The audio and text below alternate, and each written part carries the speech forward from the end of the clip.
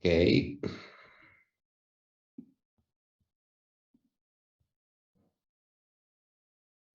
We were discussing about fabrication technologies for bulk ceramic materials, and the last slide was those referring to the slip casting technology. Another important forming processes which can be used in order to fabricate the green body, as we have defined before, is extrusion.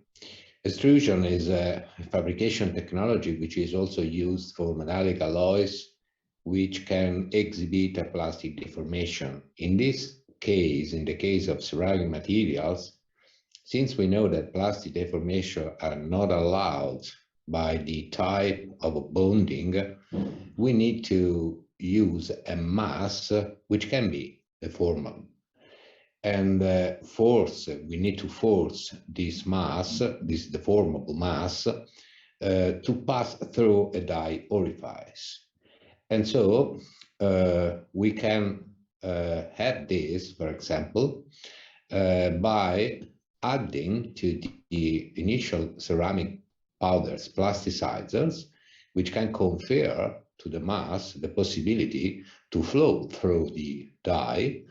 And this process is quite widely used for the fabrication of ceramic components which show, let me say, a cross-section and a large length to diameter ratio, like, for example, ceramic tubes and rods. And after extrusion, we need to fire the green material. That is, we need to cook the green material in order to allow sintering to be developed. As an example, extrusion is used for the fabrication of alumina, that is aluminum oxide shells, for sodium vapor lamps, or, for example, for the fabrication of honeycomb-shaped catalyst materials, which are used in the exhaust gas treatment for automotive, for emission control devices. This is one example of one catalyst support, which is a sort of cellular solid made by ceramic materials in this case. And to produce these shapes, a compound which is based on alumina, ceramic material, as I've written here, is mixed with a setting polyurethane resins just to allow the extrusion to happen.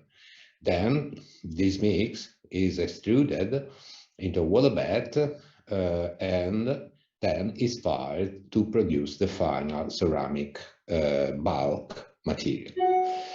Also, tape casting is another fabrication process which can be used for the realization of green body.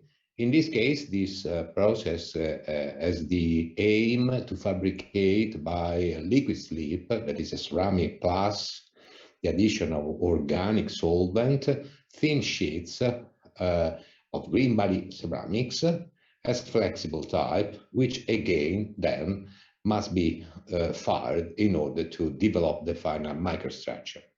So this concludes the panorama, the brief panorama about the main fabrication technologies which can be used for the fabrication of green body. Then I remembered to you, we still need to come back for that technologies which can put together in only one step, let me say, the green body fabrication and the sintering processing step of technology, that is hot pressing or hot isostatic pressing. But now we conclude the first block. And so after we have fabricated the green body, we need, as we have said many times, to sinter. So we need to apply a thermal treatment, which is made, which is performed, which is carried out at a temperature which is lower than the melting point of the main components of the compound. That is, what the main components is essentially the ceramic part that we desire. And the aim is to remove the interparticle porosity, which is present in the pre-consolidated starting powders, and then to allow the formation of interparticle necks characterized by the presence of primary bonding, and which led obviously to the shrinkage that we have mentioned last time. So we need for sintering two things. First of all, a sort of mechanism in order to allow transportation of materials and neck formation. Secondly, source of energy, which can activate this material transport and can feed the material transport up to the final stage that we desire.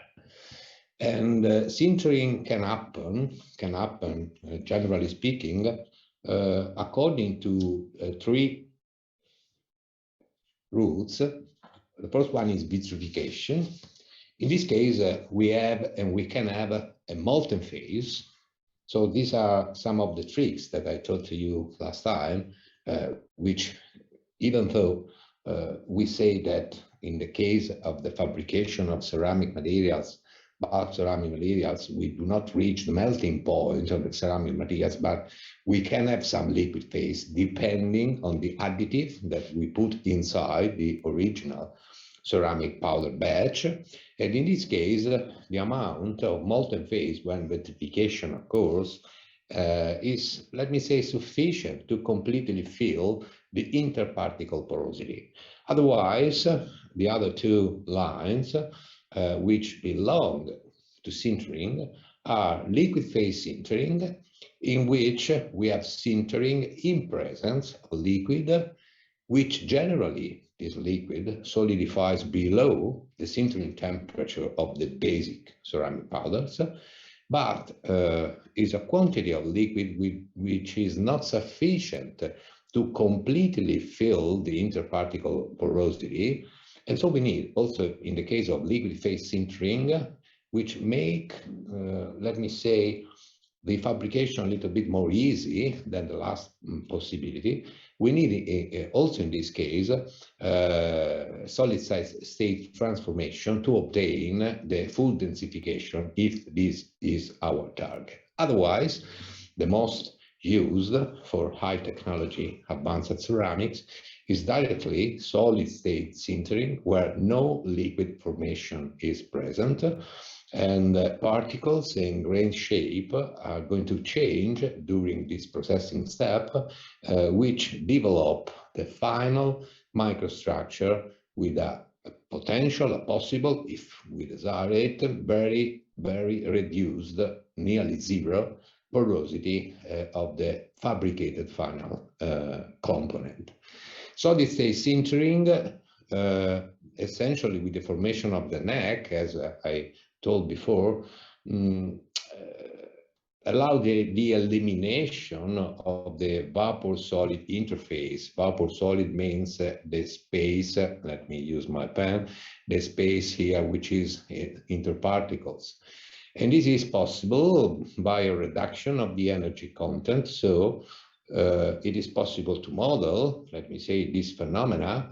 It is essentially driven by a driving force which depends on the surface energy per unit volume, which is the gamma term here present, referred to the average radius of the particles if we adopt a spherical model. We can approach this by modeling by looking to thermodynamic variation of free energy, which is essentially related, as we said, with the surface energy. This is a value which can be found in specific tests, in tables of specific tests for each of the materials which are of our interest. And this requires the activation of solid diffusion. And solid diffusion, you see here, the neck formation is this one. between two particles, the solid diffusion can be activated by different mechanisms.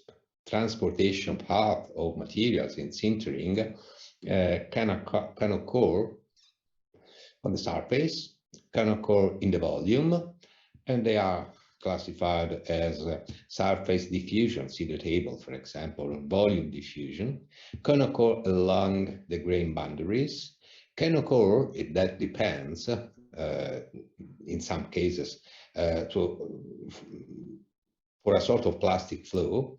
But in all these cases, what we do have, if this is the initial step where we have the contact between particles, because, for example, we are pre-consolidated by the formation of the green body, the progressive formation on neck due to the material transportation or volume diffusion, surface diffusion, grain boundaries diffusion, led to a reduction, if we adopt a spherical model, by the center of the two touching particles. So we have an initial distance, which is L0, and then we do have a variation of the distance time by time, depending on the sintering time. And this led to the formation of bonded particles with a reduction of porosity of the component we are going to fabricate. And in this case, for example, for the bulk diffusion, we do have very simple models like this one, for which we can understand how the center of two adjacent particles are going to be more and more near between them. So the variation of the length, and this variation of the length, that is of this distance, referred to the original distance, can be quite well described by this equation here reported. As you see, it's not a very complicated equation, where we do have time, t, with an exponent n, and this exponent n depends on the transport mechanism, which is the most active. And for example, we know that if we have bulk diffusion, n is equal to the ratio 2 divided 5. If we have a diffusion which is essentially controlled, like here, by grain boundaries, this is 1/3, and so on. And then we have, let me say, a parameter, k, capital letter K, which depends on the average initial radius of the sintering particles, with an exponent which is usually 6 divided by 5. So you see here how the radius is influencing the sintering time, or if you want the sintering effect, or if you want the final porosity. And since this parameter K is important in this formula, is going to control sintering, the progress of sintering, and it depends on the average radius of the particles. You see here how small is the initial radius, how fast is the sintering process. But apart from this, that is quite simple to be understood. If you remember, when we discussed about powders, which can be used for fabrication of bulk ceramics with the sintering step, we said we must pay attention to use a very narrow granulometry of the initial powders, because the size can affect the overall behavior, but can affect also, if this radius is not more or less the same all over our green body, the fact that in some part of the materials we can achieve a very high density, and in other parts we can achieve lower density value because of the difference in radius are large. So we need narrow granulometric distribution of the initial ceramic powder. And thus, having available also simple equation like this, if we think to an homogeneous situation, we can also make some estimation of the shrinkage of the materials itself, of the three direction, x, y, and z, and thus design the shape and size, essentially, of the green body in order to obtain the final shape and size, essentially size, of the fabricated ceramic component. Obviously, temperature is going to affect the sintering time, that is also the shrinkage, that is the efficiency of the sintering step. And as we increase temperature, we can achieve densification, faster densification of the materials itself, since we are going to increase, by increasing temperature, the efficiency of the mass transportation, which is controlled by solid state diffusion. Remember that we do have, in all these phenomena where we have mass transportation due to solid state diffusion, and diffusion coefficient, which is going to depend directly by an Arrhenius type equation by the temperature. So parameters that controls, generally speaking, the sintering process are temperature, particle size, as we said before, time, and particles also these distributions. And among these, temperature and particle size are the parameters which can exhibit the highest influence with respect to the effect of sintering, if we compare this, for example, with time. That this is more important, for example, to increase temperature to a low values or to reduce particle size rather than increase sintering time to have the final desired density of the sintered product. We should remember also another thing.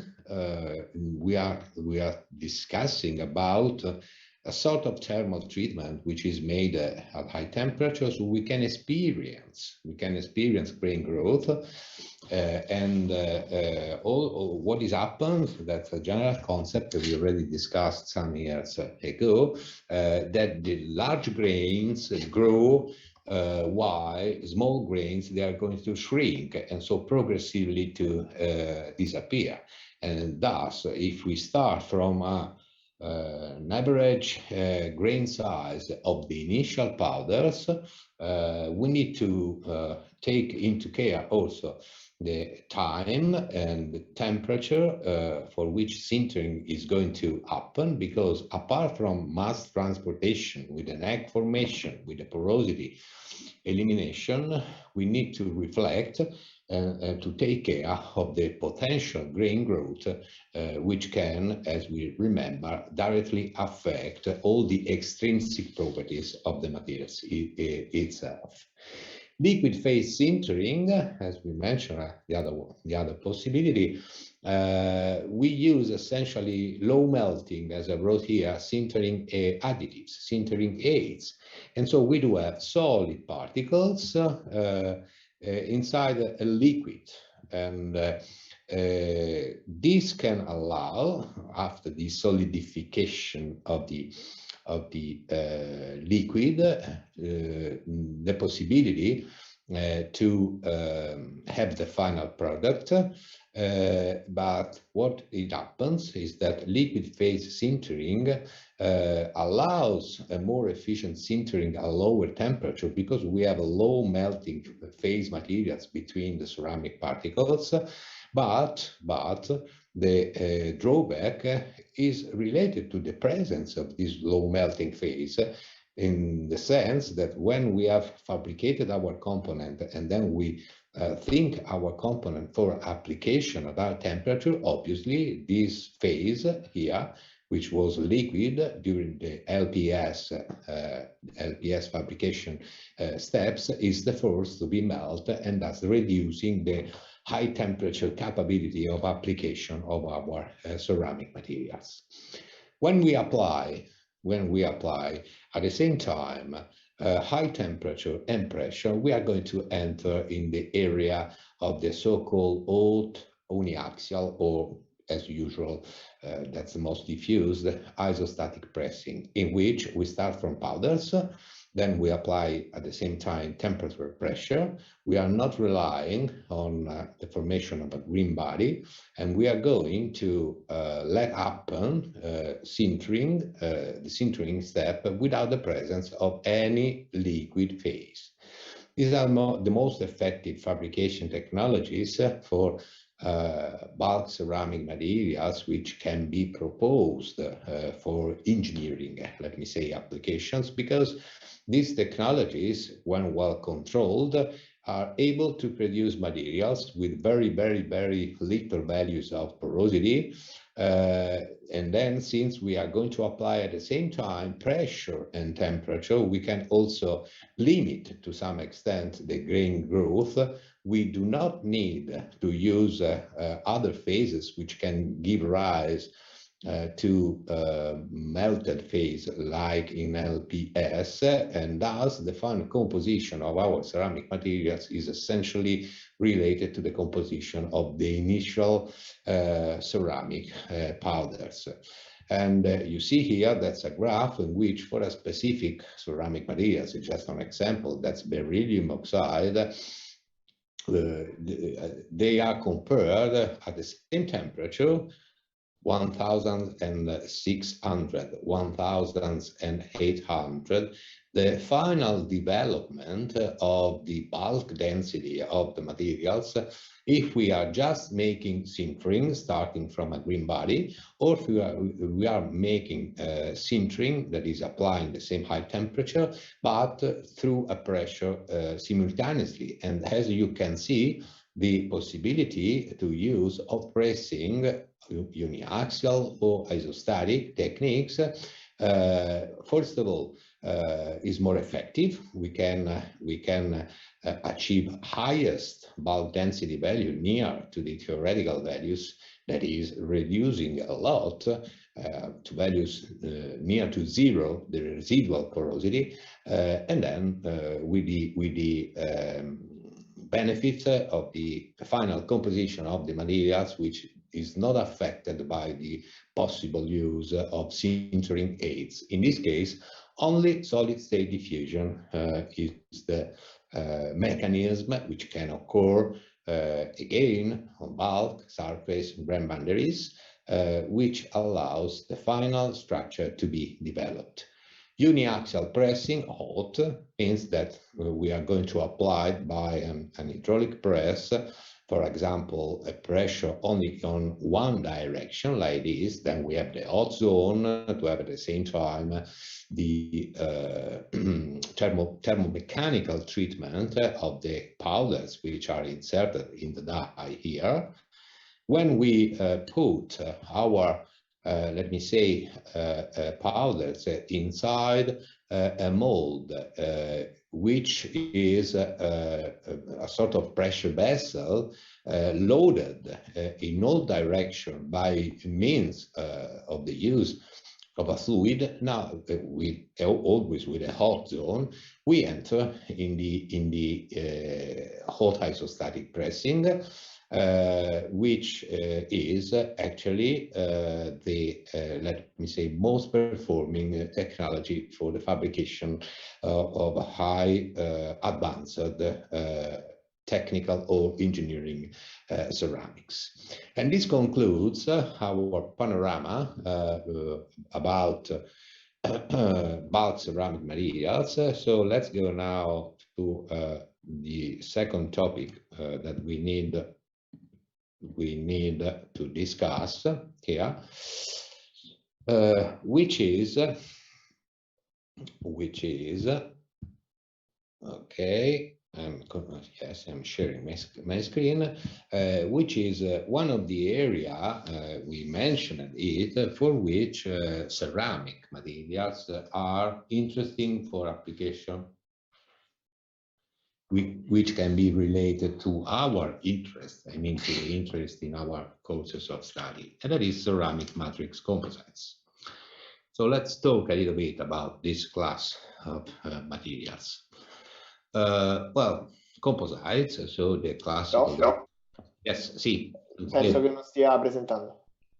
Mi sembrava di aver visto. Yes, just one moment, I check.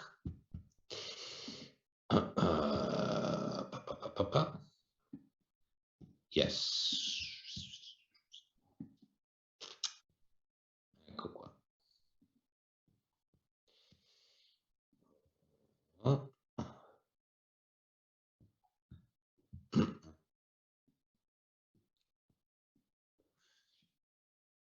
Okay, now you should see. You can confirm? Yes. Sì. Okay, thank you. Ceramic matrix composites. Composites, that's a general definition, which applies also in the case we are going to use ceramic materials as starting materials. That is, they are multi-phase materials, usually anisotropic, not homogeneous, in which we do have the matrix, which is a continuous phase, having essentially two roles. The first one is to transfer load to the reinforcing phase, to the dispersed phase. And the second one is to protect the reinforcing, that is the dispersed phase, for example, from chemical, from external, as an example, chemical or mechanical damages. And we have used this terminology many times, but we can recall it. We are going to refer to MMC, that is metal matrix composites, when the matrix is a metal or a metallic alloy. CMC, when we are going to talk about ceramic matrix composites, when the matrix is a ceramic, and PMC for polymeric matrix composites, when the matrix is a polymer. Okay, the dispersed phase, just a small reminder, essentially has the role to improve some of the matrix properties. For example, the resistance, the mechanical strength of the matrix. And usually the aims of the matrix reinforcement combinations are a little bit different. In the case we are thinking about metal matrix composites, ceramic matrix composites, or polymeric matrix composites.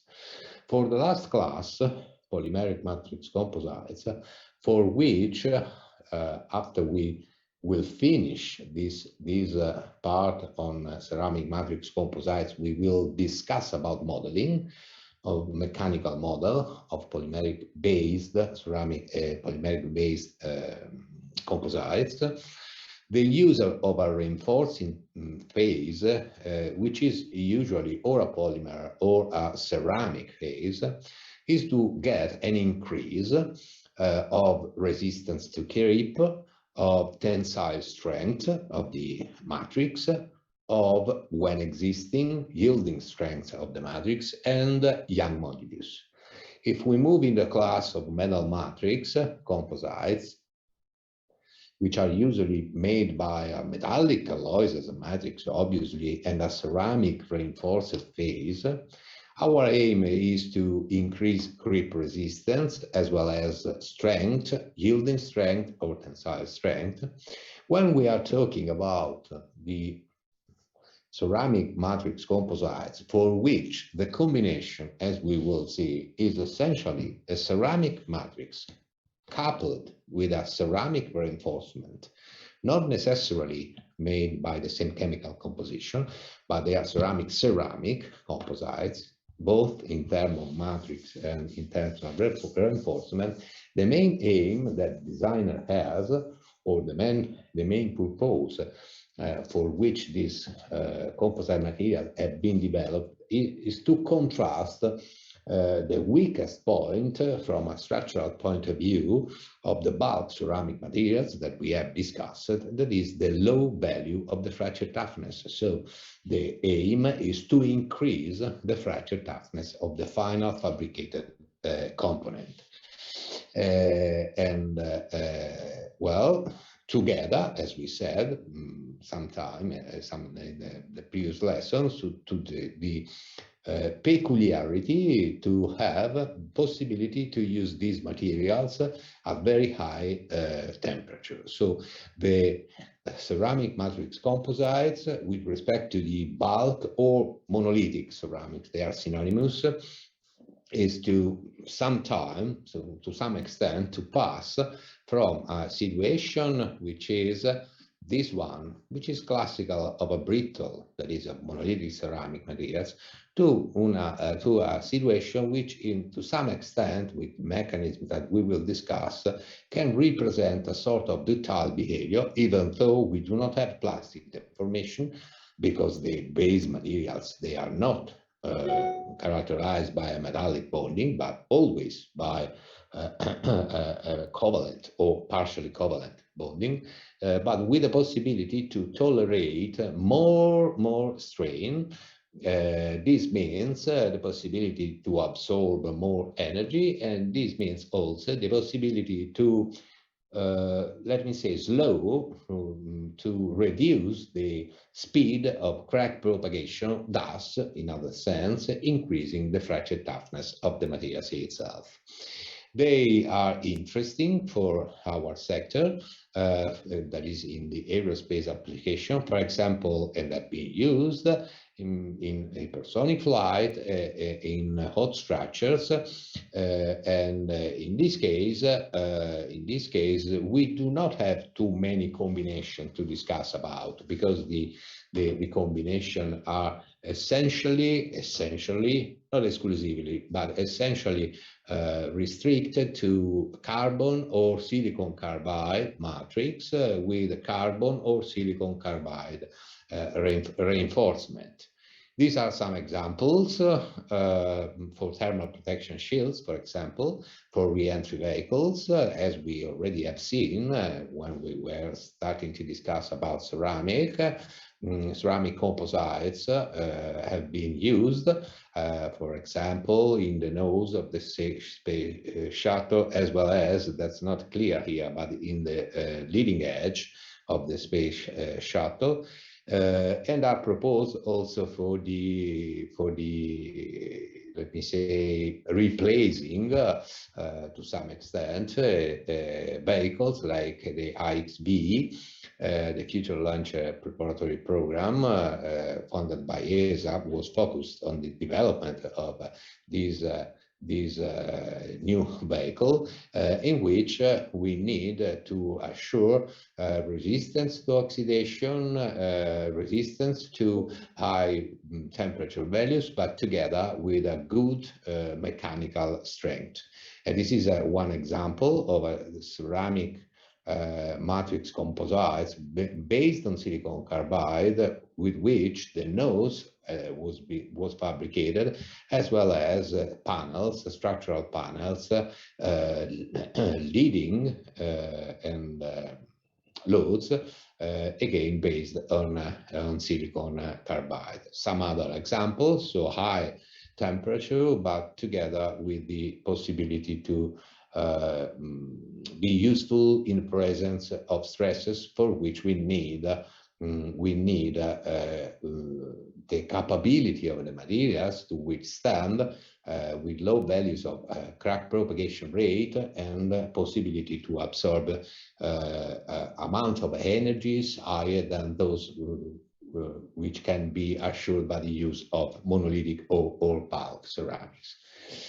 One feature of the ceramic matrix composites, if we compare to polymer or to metal matrix composites, is that to some extent they can be considered like a sort of inverse composites.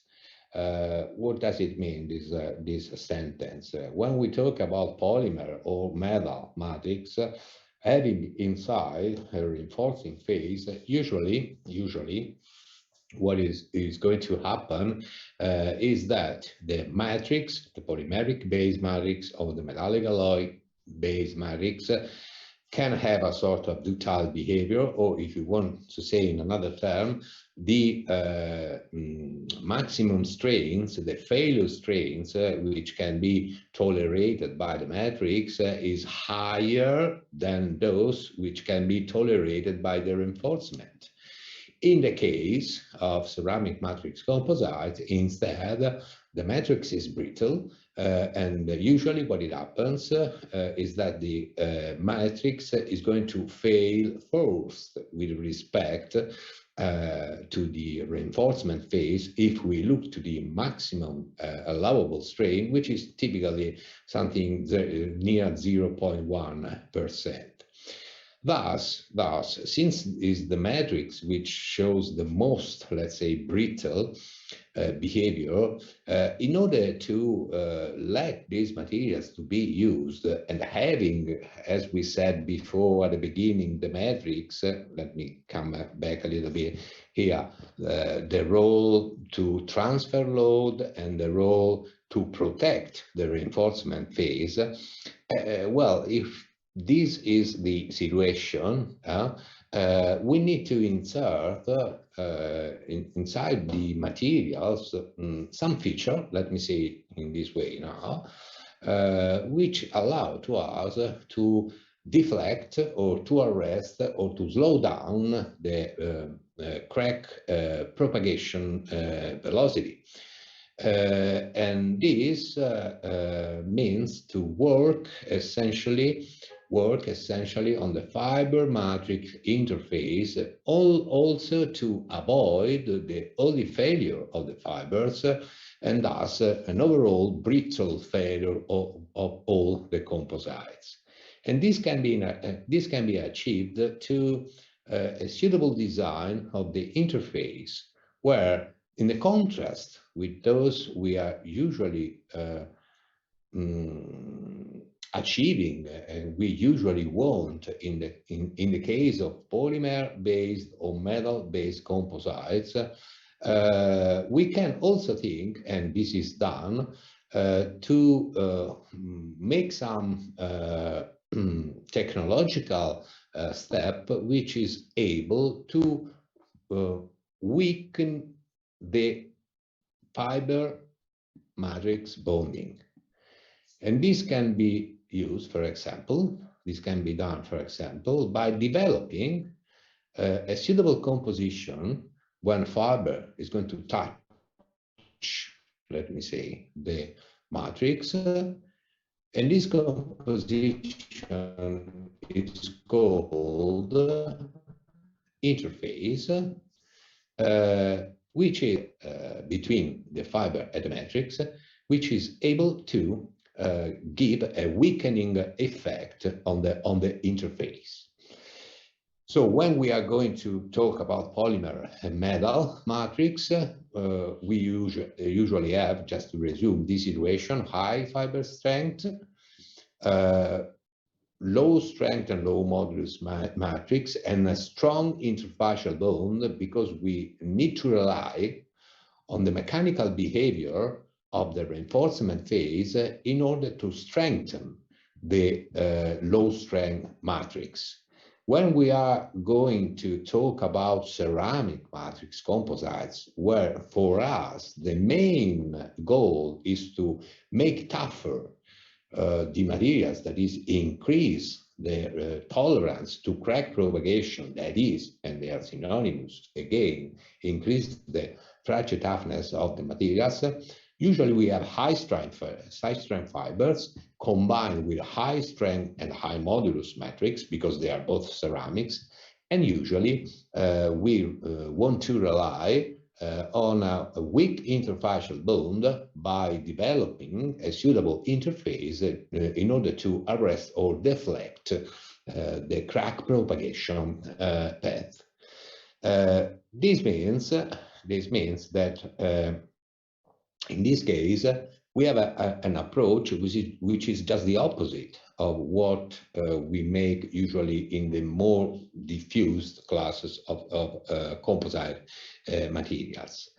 And the fact to have a weak bond between fiber and matrix intermediated by the interface allowed us to rely on mechanisms which are able to dissipate energy, thus requesting a longer path for crack propagation, thus increasing toughness of the materials. And the mechanism can be different. We can have propagation of cracks along the interface, which is the weaker part, not breaking the fibers, but making the path of the cracks longer. We can have, that depends also on the behavior, on the statistical behavior, obviously, of the ceramic fibers, mechanism of fiber pull out, that is extraction of partial fiber from the matrix, and thus friction, and thus dissipation of energy. We can have mechanism of crack bridging due to the behavior of the fibers, and all of these is allowed to us to increase the fracture toughness of the materials. This does not mean that cracks are not present inside the ceramic matrix. So this is another topic with which we must deal, because it can be suitable or not. That depends on the application. But this means that the cracks propagates slowly. And when the cracks propagate slowly, we are increasing the toughness of the materials itself and the capability of the materials itself to show longer deformations, higher deformation values, and to absorb more energy. So if for a monolithic ceramic we have a sort of behavior which can be qualitatively represented like this discontinuous line, and obviously I have not said, but we are talking about the presence of the weakest point of monolithic ceramic, that is tensile stresses. We are talking about this. So in the case of monolithic ceramic, we do have a linear behavior to rupture with very low values of strain at rupture of the materials itself. For the composites, ceramic composites, we can extend the stress-strain diagrams like we have seen before qualitatively, because we start with the matrix cracking, but the crack can be deflected and interface can be sometimes stopped, and thus the strain and the stress can increase, and if they can be increased, we can increase this area. So we can increase the energy which is absorbed. We can say that the crack propagation rate is lower. That is, we can say that the toughness of materials, even though it's an apparent toughness, because cracks are going to develop inside, but are not able to, let's say in this way, to follow a sort of sharp line in propagation, thus resulting in a sort of immediate, instantaneous rupture of the materials itself.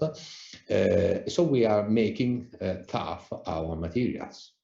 Then we will reach, obviously, a limit point, depending on the materials and which are used, in which we start to fracture the fibers inside the materials. But since we have weak interfaces, this fiber can be also object of pull out. So extracted by the matrix itself. Obviously, that depends on it's a statistical, let me say, effect. And before reaching the final rupture of the composites, we can have also other contributes in terms of energy absorption capability, that is work which must be done to break the fabricated component. Here you see, for example, we can have fibers which are going to be broken inside the matrix. Then if you have a weak interface, these fibers can be extracted. This is the pull-out phenomena. And this pull-out phenomena can be visible here but we need to properly design the interface. This is a case in which you see here the fibers which are extracted, and thus when they are extracted by the matrix, here we have friction, and since we have frictions, we have energy which is dissipated. This is the example of crack bridging, for example, in which you see that many filaments that are fibers are going to some extent to contrast the crack propagation because they are obstacles to the opening of the crack tips. And two classical approaches for the design of the fiber matrix interfacial zone in this class of composites can be used, or if you want, are used. So the first one is the allow the formation in situ, that is during the fabrication process of a weak interface, which can result, for example, depending on the materials used, that is on the component, from some chemical reaction which are allowed to happen at the fiber matter interface during the high temperature step of the processing and of the fabrication process of the composite itself. This is, for example, the case we will see of the so-called glass ceramic matrix composites. Or, as it was mentioned before, even though I didn't mention to you, we can use pre-coated fibers, that is, fibers with a coating on the surface, which is going to represent exactly the weak interface. Prior to the deposition of the matrix itself, that is prior to the fabrication step of the final composite materials. This second approach, this one, was mainly used, extensively used for non-oxide ceramic matrix composites, and most interesting for us, such, for example, carbon, silicon carbide, carbon-carbon, or silicon carbide composites, produced according to a special process which is called CVI, chemical bubble infiltration, that we will discuss, we will describe at the end of this lecture, not today, but perhaps next time. And here there are different solutions which have been tested, which have been proposed, which has been used.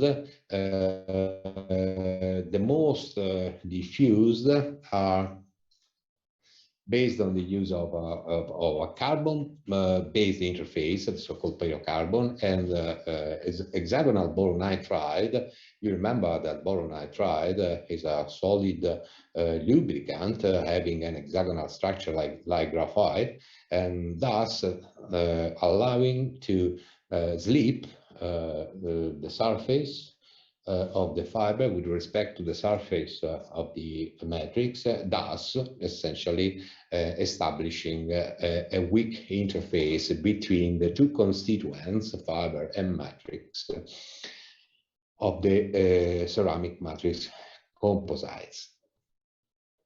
The shape and the values of the stress strain resulting tensile behavior, tensile curve, depends obviously on how we tailor the interface.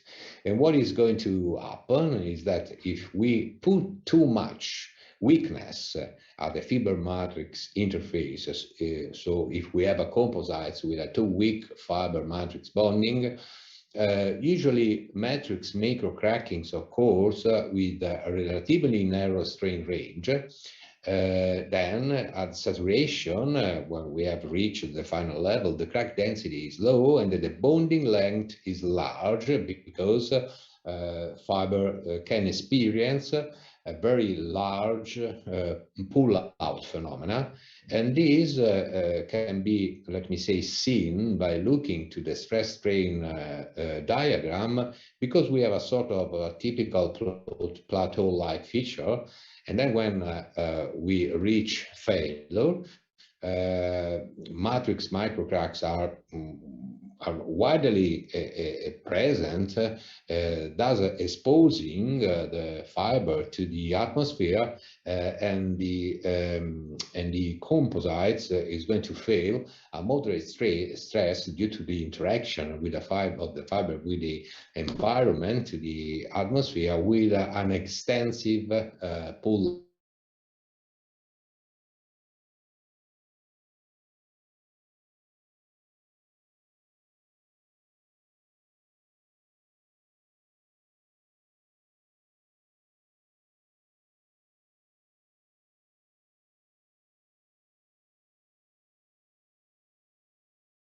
from a mechanical point of view, exactly opposite behavior with respect to this one can be observed, because at saturation the microcrack density is very high, but the crack opening and the deep bond length at the interface is small, and so diffusion of aggressive elements from the atmosphere. Remember, we are always talking about the possibility to use these materials at high temperature. So we are going to discuss what is going to happen when we have the application or components working at high temperature, where the atmosphere can be aggressive with respect to the materials, and thus if there is a microcrack density high but a crack opening and the bond which is small, the diffusion of potential aggressive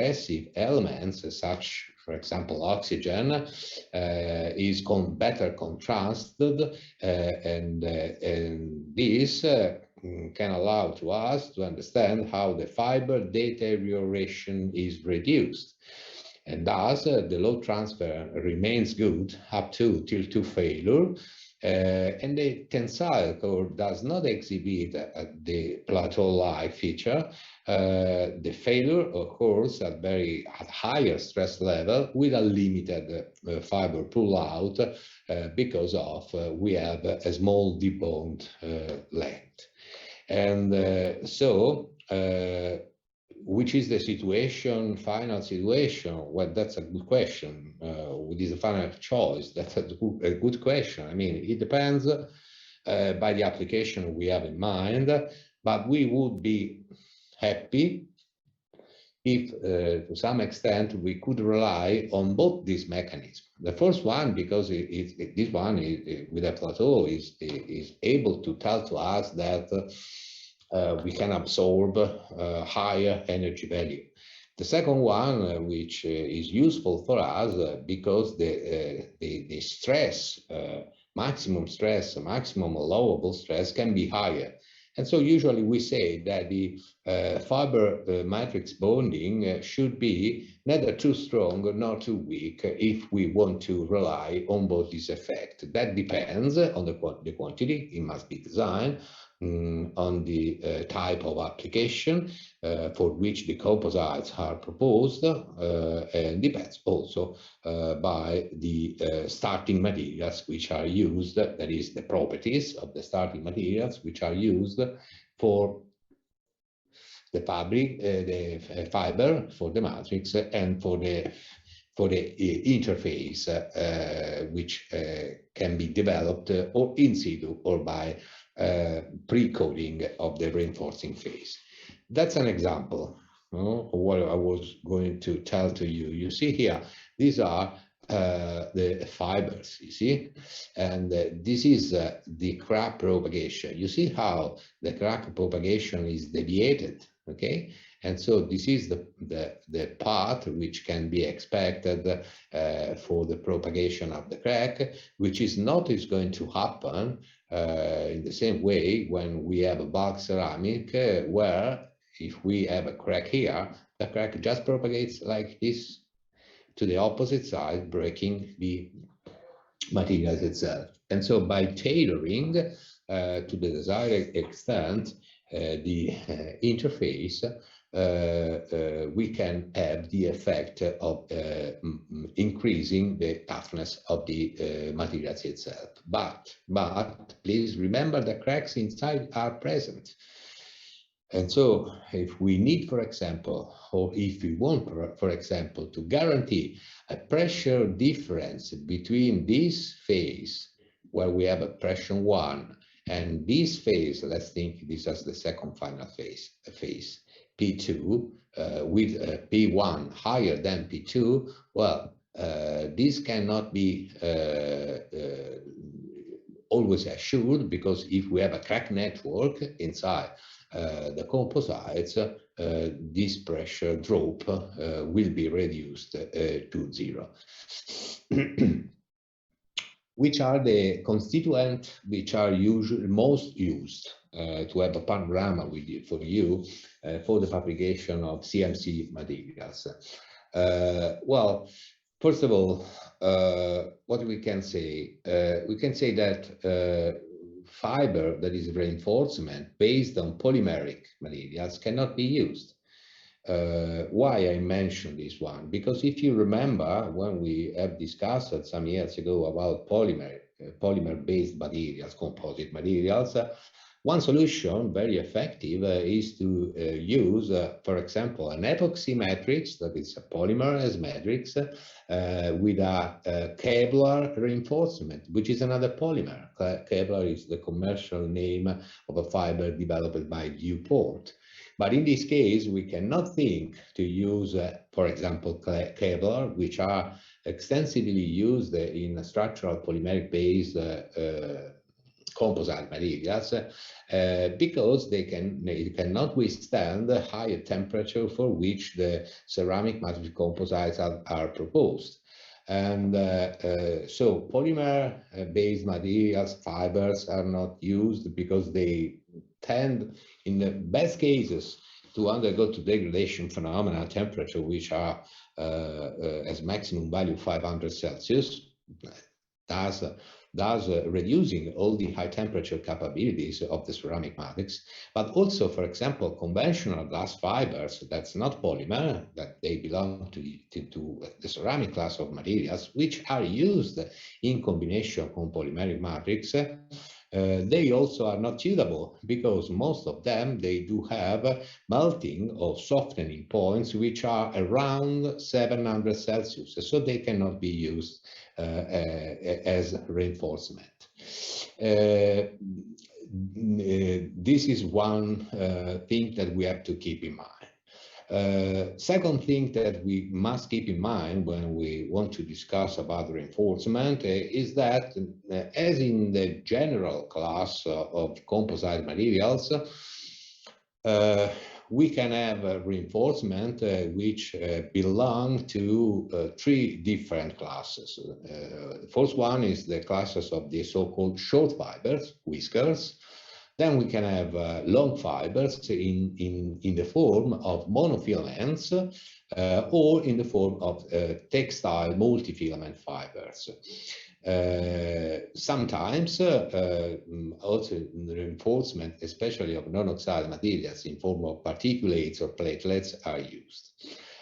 For what it concerns the diffusion, we should say that the most important are monofilaments and textile multifilament fibers. But nevertheless, you could meet some whiskers. Well, in this case, they are short fiber. They are essentially, let me say, nearly, as I wrote here, perfect single crystals, with a very limited, near to 0 amount of pre-existing defects, so having a strength which approaches the theoretical strength of the materials.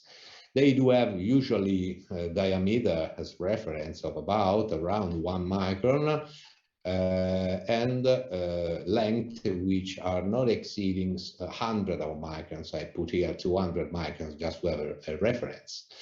And in this case, you could meet non-oxide ceramic used as whiskers, such, for example, silicon carbide or silicon nitride. This one is silicon nitride, and also the classes of whiskers of aluminum oxide. So you see, we do not have a broad panorama of materials which are used as potential reinforcement.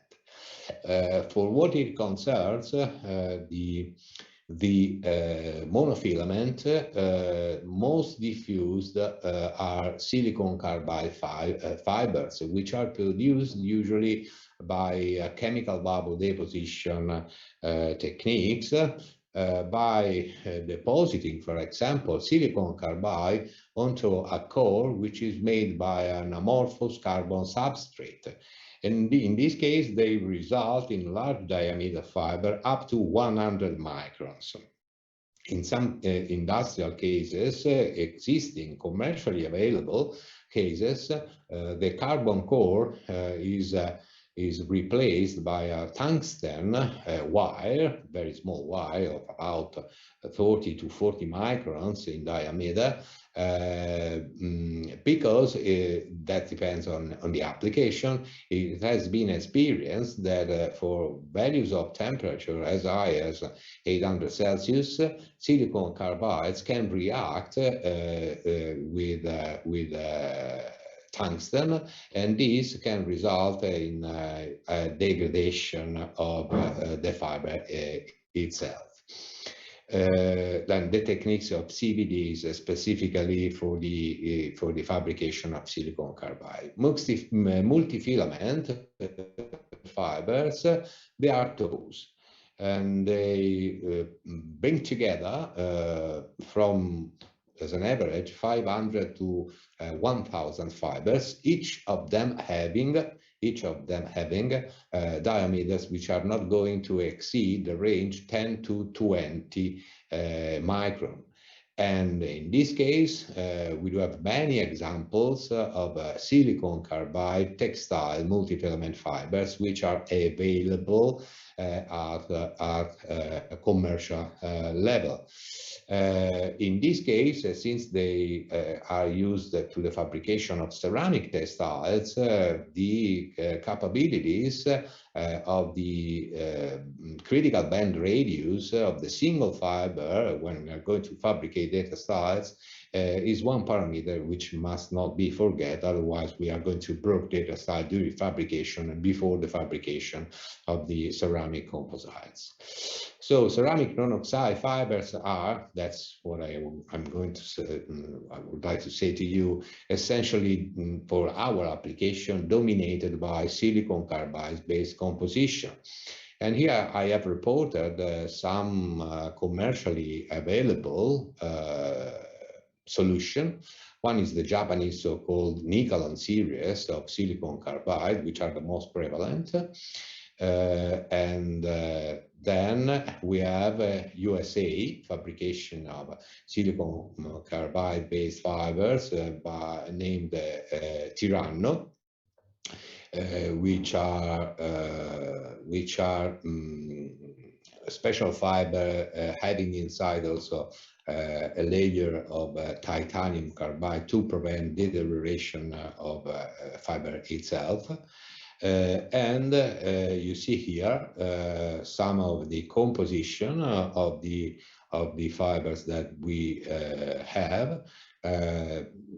Oxygen depends, presence of oxygen depends on the fabrication process, in which you have the average diameter of the single fiber. You see here something which is around, I told to you, 10 to 20, is around between 10 to 20 micrometer, and with very, very important capabilities in terms of tensile strength. You see here, we are approaching, just have a look to the first one, 2,600 megapascal, with a very relevant figures for what it concerns the Young modulus.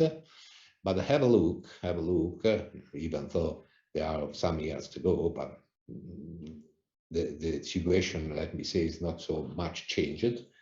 To the cost per kilogram, this means that they are very, very expensive materials. These are other examples of silicon carbide based materials, including the USA fabricated by the company Specialty Materials, which is called SCS. They are in a different way, silicon carbide on carbon or silicon carbide on tungsten. In this case, this is fabricated by the company T6, and the fiber is named Sigma, in which you can see here the highest value of the diameter of the fiber, because they belong to the class in which silicon carbide is chemically vapor deposited on a pre-existing filament, which can be carbon or which can be tungsten, as said before. But if you have a look here to the cost per unit mass per kilogram, we are going to increase this cost to a very relevant extent. One thing that I want to underline to you, just to have an explanation, on this table and also on the other table, is which is the reason because of we can expect, because this could appear something strange, we can expect, and we have such high values of tensile strength, even though we are talking about ceramic materials used for the fabrication of ceramic reinforcement. We have always said that the weakest point, the main drawbacks, you can call it as you want, in terms of structural performance of the ceramic materials, monolithic materials, is the low value of the tensile strength. And this is still true for what it concerns the fibers. But now, why we get such high values of tensile strength in fibers? Well, the answer is quite simple. First of all, they are tensile. So we are going to think to a situation like this. This is the fiber, okay, which is subjected to a tensile load in this way and in this way. What is important for what it concerns the tensile strength of this fiber is not the length of the fiber, but is the diameter of the fiber. We do have here diameter which are in the range of 10 microns. So it means that pre-existing defects cannot be higher than 10 microns on the cross-section, obviously, because otherwise the fiber will be broken at the beginning, before testing. So reducing the average diameter of the fiber, it allows us to say that the pre-existing defects which can be present are in the order, if you want, of magnitude at least of 1 micron. Thus, even though the fracture toughness properties of silicon carbide is the same, being a property of the materials, if we look to bulk or monolithic ceramics, or if we look to reinforcing fiber, even though the fracture toughness values is the same, but if the length of the pre-existing defects is sensibly lower, we can expect that the value of the applied stress, which is requested, remember please the fracture mechanic approach, the value of the applied stress, which is requested to break the fiber, should be sensibly higher. And this is the case. And this is the reason because of we can have also in this case where we are dealing again with ceramic materials, values of tensile strength which are so high. I don't want to add nothing more about the Young modulus, because we have already said that this is an intrinsic property depending on the bond, on the energy bond, and so due to the bond, which is unmodified, if we move from a monolithic ceramic to a reinforcing fiber with the same composition, the high values of the Young modulus can be expected, obviously, also in this case. If we look to the class of oxide fibers, they most diffused are essentially those based on alumina and alumina silicon oxide, which is a compound called also mullite. In this case, the commercial next family fabricated by 3M is perhaps the most known types of fiber. They are essentially characterized by the presence also of glass phases between the grain boundaries, which are inside the fiber itself. And so these glass phases makes this fiber less suitable for high temperature applications, because the glass phase can start to melt at temperature which are around 1300 Celsius. And this is a drawback of this kind of fiber. Here you have another table in which commercial that is existing, they are less expensive, as you can see.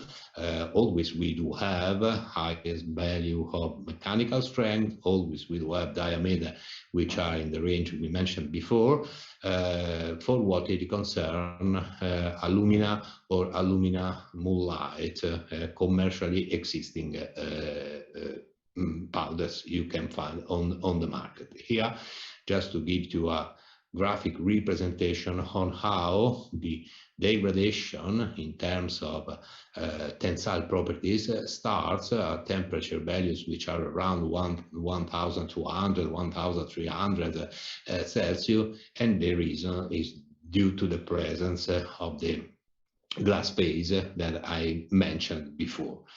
Both this kind of fiber can be used for the fabrication of ceramic matrix composites.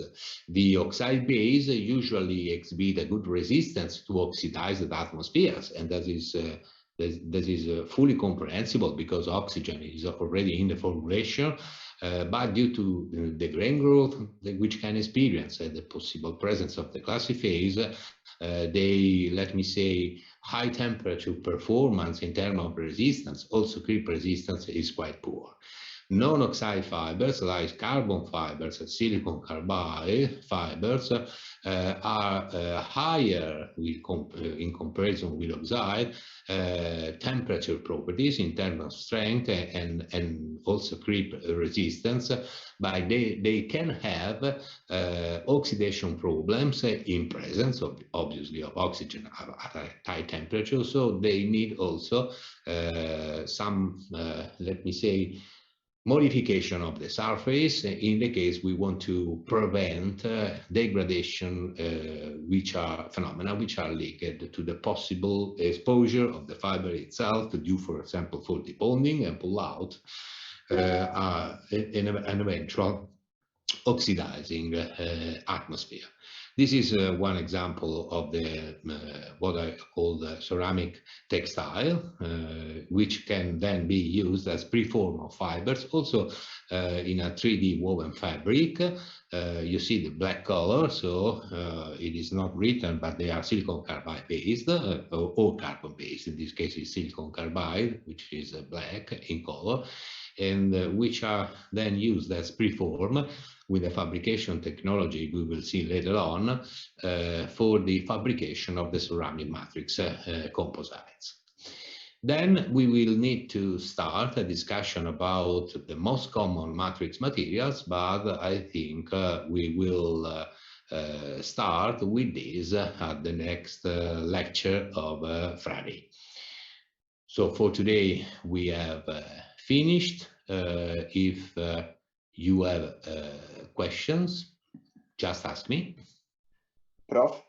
Yes. A me non mi è molto chiaro il concetto che abbiamo dei compositi, quando abbiamo parlato del fatto che dovevamo, del fatto che questi compositi fossero dei compositi inversi rispetto al caso dei metalli e Ah, sì, dei sì. polimeri per quel che riguarda il rinforzo e la questione Sì, del toughening. sì, okay. I answer in Italian to you, then I will translate your question and my answer for the other students present. La questione è abbastanza semplice, nel senso che se lei ha in mente una soluzione che è quella di un composito, che so io, a matrice epossidica, per esempio, con rinforzo in fibra di vetro, d'accordo? E va a guardare quella che è la deformazione delle due singole fasi massima a rottura,